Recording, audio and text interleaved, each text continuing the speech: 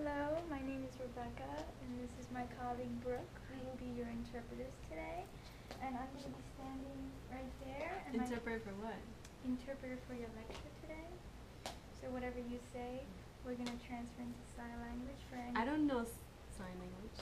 Well, that's okay. The sign language is for the deaf clients in the audience.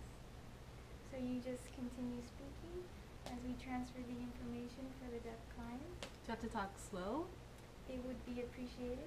Yes, it would. I don't know. I mean, sometimes I talk fast, so you're gonna have to let me know. I don't know.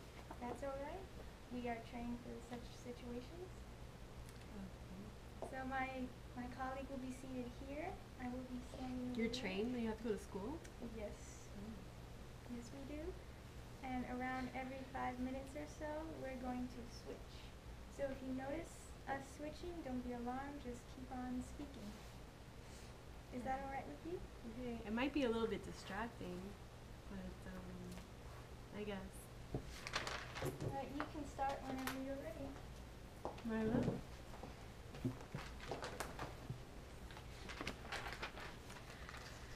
Alright, so we are going to discuss some of the interpreter scenarios from this book, Encounters with Reality.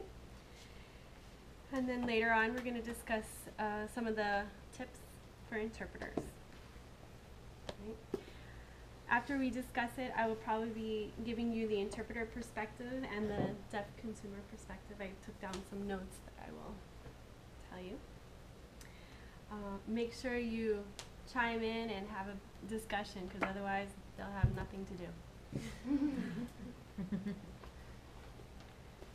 All right. Okay. So I'm just going to read the first scenario. Now that we're no longer limited to navy and black as our wardrobe color choices these days, I need advice. I'm seeing all kinds of contrasting colors on interpreters. Shades of medium to dark gray, reds, greens, and browns. But I've also seen bright colors and pastels lately. I'm not at all offended by this non-blue black apparel trend, but I would appreciate having your views. What do you think? I think neon colors might be a little too distracting, or bright colors might be too distracting, especially if you're light-skinned. I would stick more to the darker colors, and I think pastels might also be a little too distracting as well. Pastel is more like a light color. I think pastels wouldn't are be okay like for African Americans that are really dark, and it's a good contrast. Yeah. Or Yeah. white. Okay. But some people are just dark skinned, you know, it doesn't have to be someone who's African American. Yeah, it's very tan. Yeah. So, okay. Anything else? You just gotta really understand your skin tone, your skin color and stuff. For what to wear. Okay. Maybe What try about to video yourself wearing different outfits with different color backgrounds to see what contrasts work and which one doesn't.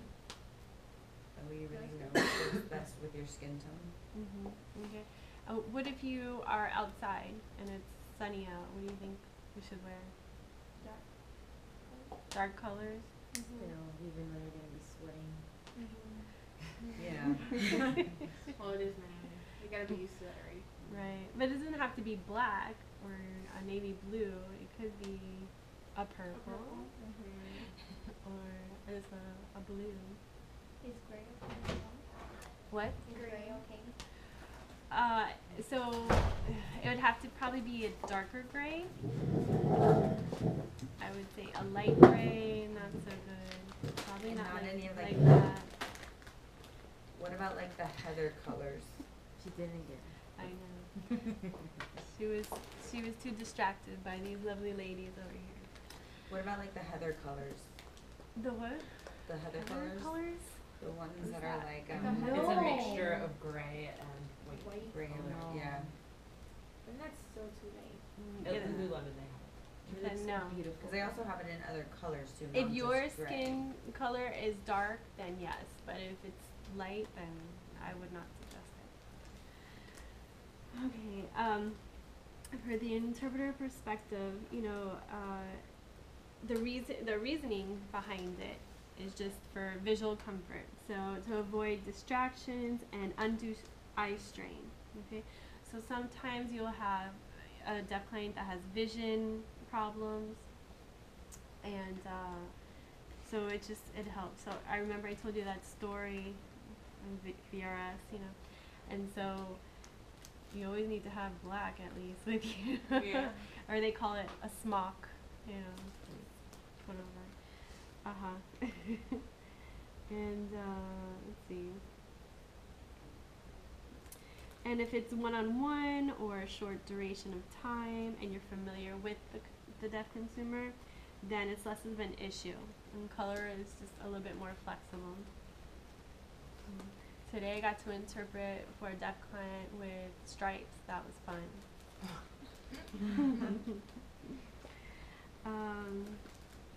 Yeah, so if it's for a long time, you know, it can cause visual fatigue, your eyes.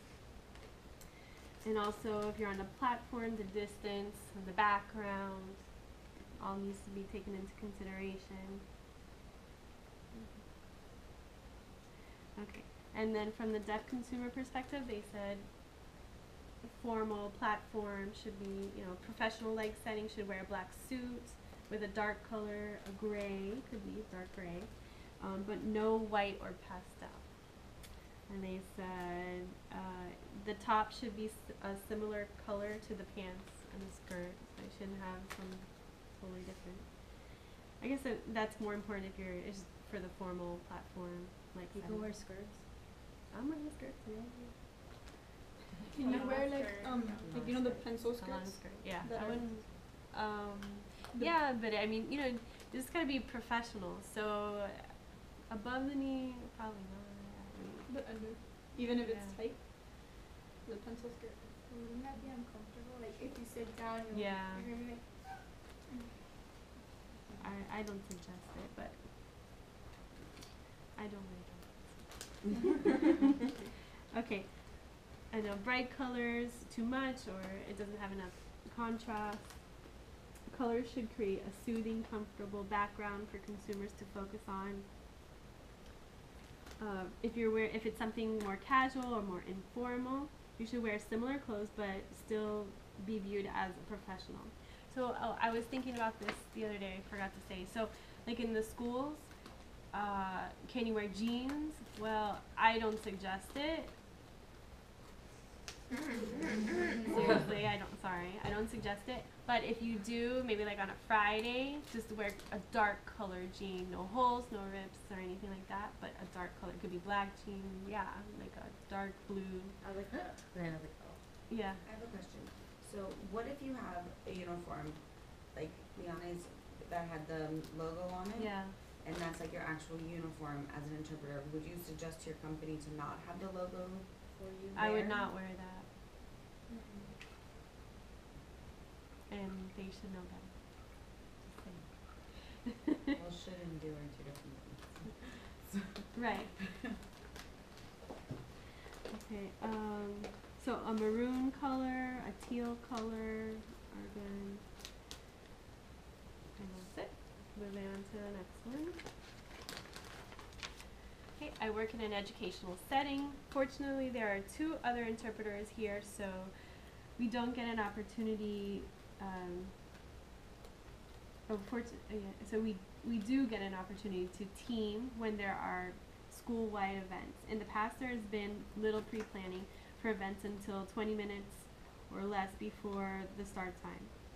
Repeatedly, I've tried to solicit pre-planning time from the administration, but until that occurs, I just do the best I can.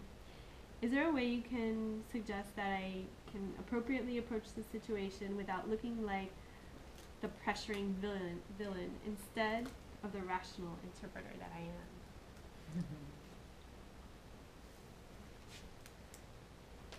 Anna?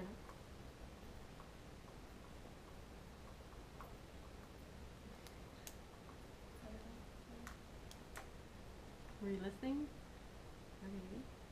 So what do you think? What are your thoughts on it? Could you rephrase rephrase it? Rephrase it? Okay. Okay, so there's events that are going on in school, but you want to prepare before or ahead of time. You need to tell the administration or whoever's in charge, look, I need this information beforehand so we can practice. How would I say it? What would I do? Ask for a schedule, what classes you'll be teaching, what books you'll be using? That way you can. No, it's an event. Like an event. What's the event about? What's gonna be happening? How many Are you people saying gonna be So there? are how you you g- should ask? Yeah, so Yeah. so are you gonna go up to administration and say, what's this event about?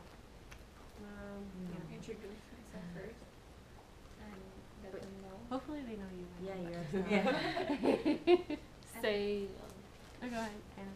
And just ask politely, is there any way that I can get a copy of what this event's gonna be about and who's gonna be presenting? Study or research on that.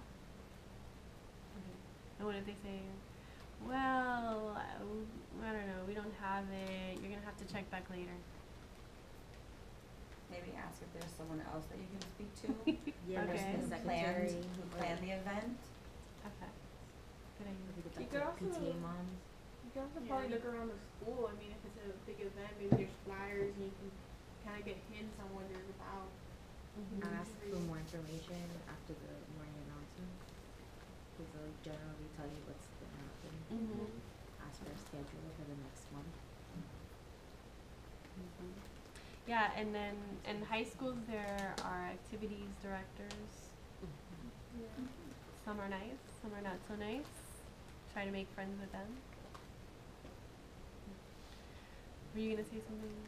Yeah, I was gonna say maybe try to explain to the person that you're asking like how it works. So if you do give me the information, it'll be like a lot more helpful to the deaf client because I'll know a lot more about the topic.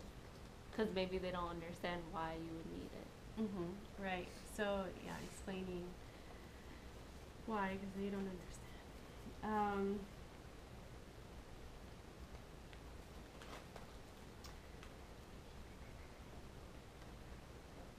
So maybe you can also try a memo, a tactful memo explaining the reasons you need certain information. Also, you need to consider lighting, seating. Okay. Try to get there, if you can't, try to get there early, reserve seats for deaf students. Also, you should not always take it on upon yourself, but empower the deaf students. I mean, that's part of your job. You can teach them what to do as well, so they can speak up. Because they're going to need to do that on their own in the future. Make sure they have all these accommodations. Maybe if there's not another interpreter who works for the school, maybe even ask if you could bring in a team interpreter to help with the event Mm-hmm. or work with the other interpreters in the school Yep. to make sure that you get all the students together and you give them the best opportunity. Mm-hmm. I think before you even go to administration, you should talk to your teammates to make sure that everyone's on the same page. Because it's possible that one of them is like, "Oh no, I'm not interested in that." Like, no, we don't have to prepare. Always be prepared. Okay, let's see.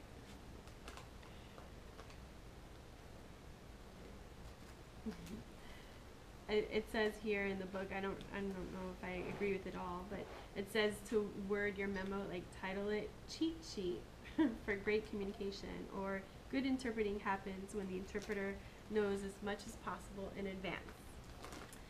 This allows the closest approximation to simultaneous communication between two languages. Outlines, agendas, speaker notes, and bios, especially when there are many names. It's very hard to guess the spelling of names that are unfamiliar, as well as topics to be covered. Should be provided ideally at least 2 days in advance of the event. I always ask for at least a week, because it's never gonna happen. If you say 2 days, then they're like, oh, we're looking. At least a week in advance, and then remind them that week, and then maybe you'll get it before. So it not only assures that the interpreter can provide smooth and efficient information, but that the deaf and hard of hearing students or attendees can receive information that allows them to understand, respond, laugh, reflect on the subject, etc., within a time frame that is close to those who can hear. Some additional information could be typical things that may not be known to those who do not use or really understand the art and science of interpreting.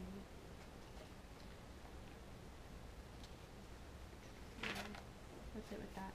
And then the deaf consumer perspective is saying find the coordinator, like you said, get names and numbers. Those are important. Offer to make your own copies. Oh, you have a script? Great. I'll make a copy of that for you.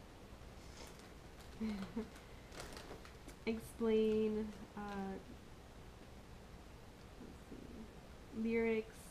So you need, if you need lyrics of something, outlines to make a clear, precise interpretation. I like that. Thank you. No. Remember that one.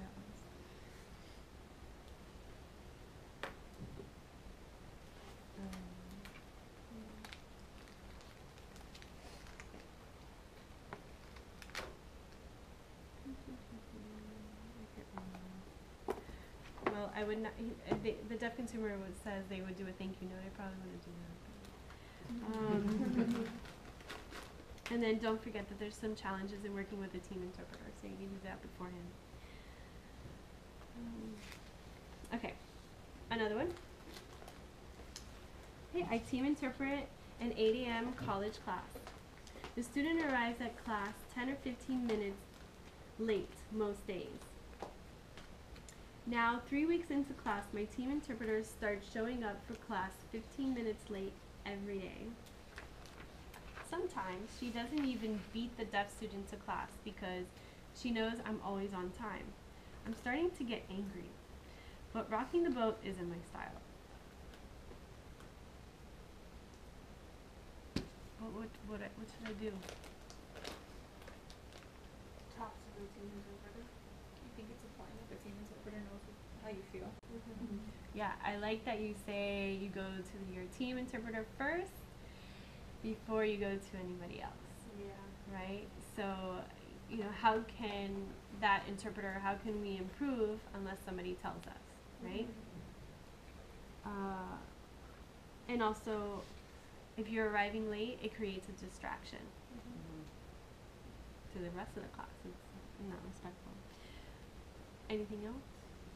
What would you say to the other interpreter? How would you say it? That's how I'm thinking right now. You could say it nicely and say, hey, I've noticed that this has been a reoccurring tardiness. Is everything okay with your scheduling? Does this time work for you? If not, do we need to find somebody else to take the class? Or, how could we work together to fix this problem? Okay. Anything else? Any other ideas? Okay. I have a question. Yes. Okay, let's say we tell our person, right? And then it still continues happening. Then you go to like the supervisor and let them know. Yeah, that's what I was gonna say. Okay. So yeah, if they're not as, they're not gonna work with you, then, so, but if it's like through an agency, do you talk to the agency? Do you decide not to work with this person in the future? These are things that you have to think about and consider.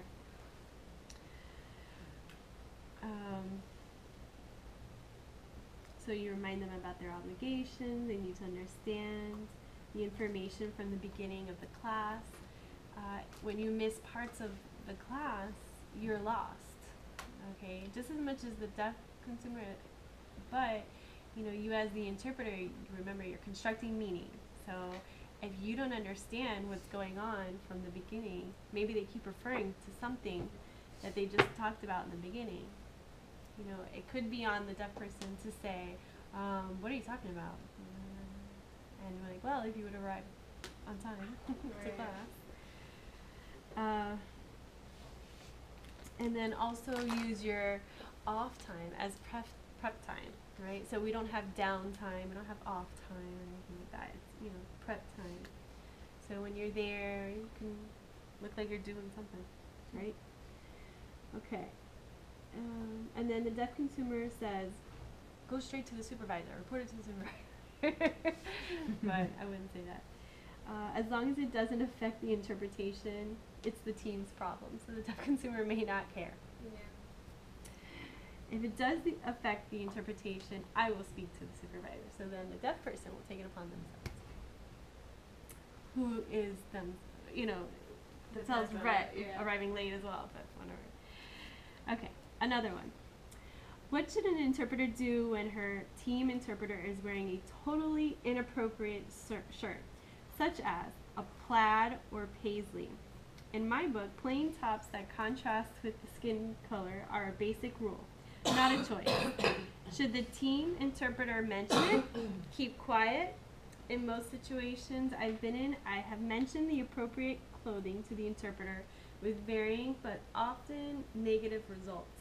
Often I hear, the deaf person doesn't mind it. Why should you care? I've seen this happen with a wide range of interpreters, from novice to experienced interpreters. Am I way off base to mention this to my team interpreter and expect this adherence to the dress code?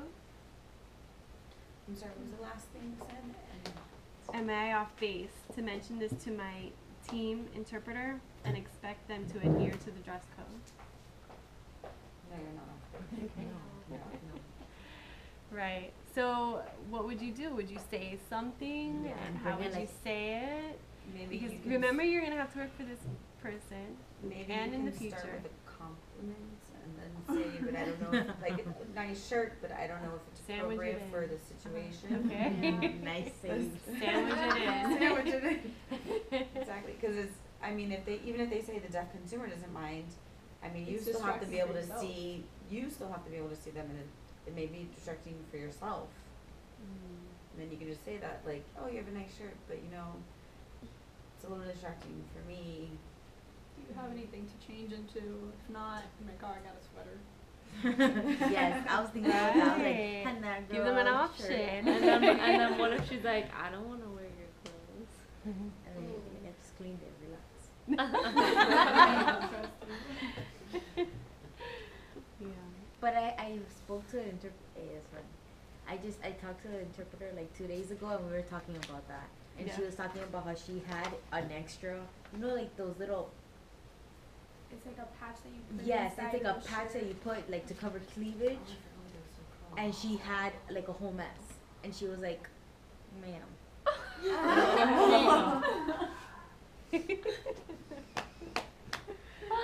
Did the other interpreter do it? Yeah, she was like, "No, you're Are these right." 'Cause they interpreters were- dressed appropriately? What do you think? I think so. Yeah, I would say so. Okay. So, sorry. So you dressed I'm bad. being distracted by somebody in the back. Oh my god. Anyways, I will send him away if he comes back. All right. So now just a few of the interpreter tips that we're going to discuss. Take seriously the tenet to use discretion in accepting assignments. People deserve what they pay for. What does that mean? Can you say one more time? Using the tenant? So using discretion when accepting assignments. Okay? People deserve what they pay for. Don't take an assignment that you're not ready for or prepared. You're not qualified for. Right. Okay, and so why wouldn't I? Because they're paying for the interpretation, and they should get the best access to communication possible. And if you're there and you're unqualified, then you have no business being, and you're messing it up for them because they pay for this. Right.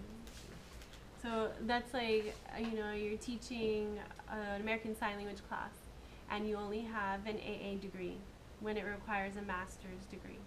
And here they are paying you the same amount of money, right? And as someone with a master's degree, but then who suffers? Yeah, The and then students. later on, if it happens again, like someone would just be like, well, I've already had an experience with my last ASL teacher, so like it already creates like preconceived like emotions and stuff because of experiences they've been through with unqualified people. Okay. And the deaf community, they talk. So if you're bad, oof, that's already starting a bad reputation. You don't wanna. Yeah. Yeah, keep your nose clean. Yeah. What? Keep your nose clean. Well, and yeah, and hopefully the deaf clients will tell you to your face and not feel like they're hurting your feelings, because how are we going to improve? You know, because you might accept an assignment that you're not sure if you're qualified for, maybe you think you are, and you go and you weren't, maybe you thought you were. So, and then the deaf clients might be able to. If you're in the middle of an assignment and then you figure out like, oh, this is above me, do you call, or like, no, are you in the middle of the interpretation? Like, do you continue going? Do you stop and say, I need a minute, and call your supervisor? Yeah, I mean, of course, it always depends on the situation. I don't know if I've told you this story, but I'll tell it to you. Alright, so when I was a QA level 1, right, and I was working for, we don't have it anymore, the Deaf Service Bureau Agency, interpreting, and they were sending me off to assignments, you know, some simple assignments where you can ask for clarification and everything. And they were gonna send me to a hospital, and they said, don't worry, it's okay, the doctor is just doing some rounds, we're just gonna ask the patient, are you feeling okay, do you need anything, how's the pain, you're good, okay, and that's it. So it's gonna be like 5 minutes. I said, okay, alright. So I get there and I notice that the patient is pregnant. And I said, okay, alright. So I start thinking about, you know, signs that have to do with pregnancy and things of that sort. And then the doctor comes in for the rounds, just like they said they would, and says, alright, okay, so what we're gonna do is we're gonna go ahead with the C-section right now, and then afterwards we're gonna do the surgery to remove the tumor. Not only was pregnant, needs surgery right now, immediately, and has cancer. I was freaked out. But of course you cannot show that. Of course. Alright. And so yeah, immediately right afterwards, I called the agency and I let them know, look, I am not qualified for this. This is not what you told me was going to happen. You need to send someone ASAP. So right before they went into surgery, an interpreter showed up. I was like, If not, do you keep interpreting for them? well, I stayed just because I just could, you know, it was better than nothing at that point. But I let them know right away I would not be able to go into surgery because she was going to be awake during the surgery and everything. I was like, you got to have to wait until the other interpreter arrives. Do you tell that to the deaf client that you don't feel? I didn't in that Situation. in that situation, but I have in a different situation where I was interpreting a college class, and it was a philosophy class, and the teacher comes in, like everybody's there, we're waiting. I knew the deaf client already, I felt comfortable with the deaf client, not a problem. And the teacher comes in with this thick book of Shakespeare and starts blah blah blah blah blah Shakespeare all the way down, and I was like, what? What are we talking about? And then it was okay, so with that aside, then the teacher was talking about, so if you think you are, do you think, you know, and I was going back and forth with, how do you think, and how do you know if you think this? And I was like, look, I don't even understand this myself. I'm so sorry. I am not qualified for this class. And actually the agency made me go one more time. And I said, only if it's okay with the deaf client because I am not going there. I am not qualified for that class. How can they make you go? Well, there was nobody else. It's a small town at And so if you where I don't was. go, that person's pretty much Stuck with at a Yeah, yeah. So, you know, you do what you can, and that's all.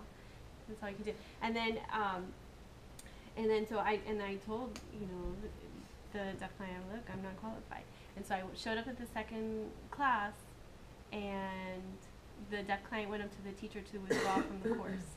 And I was like, no, are you withdrawing from the course because of me? I'm like, they're going to get you another interpreter.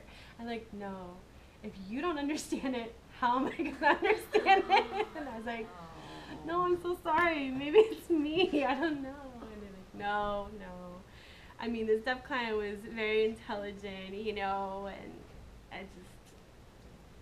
it just wasn't going to happen. So anyways, and then the deaf client requested me for the class that they switched into. So yeah, kind of worked out. Yes. Okay, so about the pregnancy one, since you left and you didn't technically complete your assignment, how does the whole pay thing work? Are they paying you the 2-hour minimum, and then they're gonna pay the other interpreter that came in another 2-hour minimum? Or do you not get that? How does that work? Oh yeah, I would get the 2-hour minimum, and then whatever the other interpreter goes. But wouldn't like the hospital that has to pay 2 interpreters now get mad at the agency saying, why would you send an unqualified interpreter? Now I have to pay you twice. They 'cause you probably missed didn't it." even know. They probably never even found out. At that time, especially. Maybe now. Maybe now, because they're like, oh my God, this is a lot of money we're putting out. Like, what's going on now? They want to know. All right, so just really quickly, I'm going to go over a couple. Don't overbook. It inevitably leads to unhappy consumers and a stressed out interpreter. So if you overbook, you know, especially in Miami with all this traffic and accidents that happen, you gotta be careful. How many assignments would you book in a day? Oh, it depends, because it depends what type of assignment. So I know that this type of assignment will only last this long, and this one will only last. This one could possibly last up to this, you know, so you gotta leave that leeway. And then how long is it gonna take me to get from this assignment to that assignment? There's a lot of logistics to it. What if it's a doctor's appointment? They always run late. Well, and that's always fun when you get there, and because normally they want to expedite it because they're paying for your time, right? So you go and you introduce yourself, and you say, you know, how long is the wait or whatever. Okay, oh, you might want to expedite this process because the interpreter's here. They're like, oh yeah. So they get it first. Because I know hearing people have to wait like an hour An before they hour? get called on. Sometimes it's I've waited more. 4 hours for an appointment. My doctors, they wait 3 hours for my doctors. For a 10-minute appointment. They typically know that, you know, they're paying for an interpreter, so when that person gets here, let's take them in. All right, if you deviate from the code of ethics, always be prepared to explain why you did so. Okay, keep that Can you in. give an example of I knew you were gonna say. Because we're like,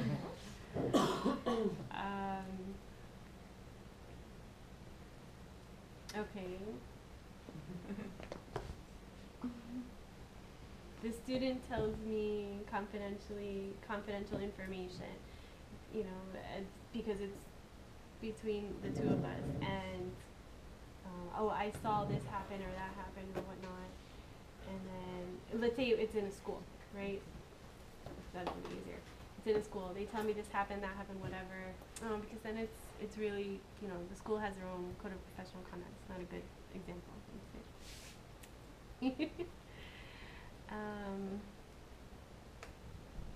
I don't know. I'll have to think of one later on. Okay, so you're in a doctor's appointment and the patient tells you something before the appointment, but then goes in there and lies about it, but it's something that could affect their care, their treatment. And you tell the doctor about it. No. No? what if it's like life or death situation? Like they say, I don't have a peanut allergy, and they're like, oh no, get away from me, wash your hands, I have an allergy. And you know if we touch them, and you know if the doctor touches them, they're dead. They're gonna die right away, and at least they're in the doctor's office, so they'll see it. Oh, whatever, you get that rash there or whatever. Alright, it is that drop happens. it. it's been 30 minutes, so let's get these girls. We're done.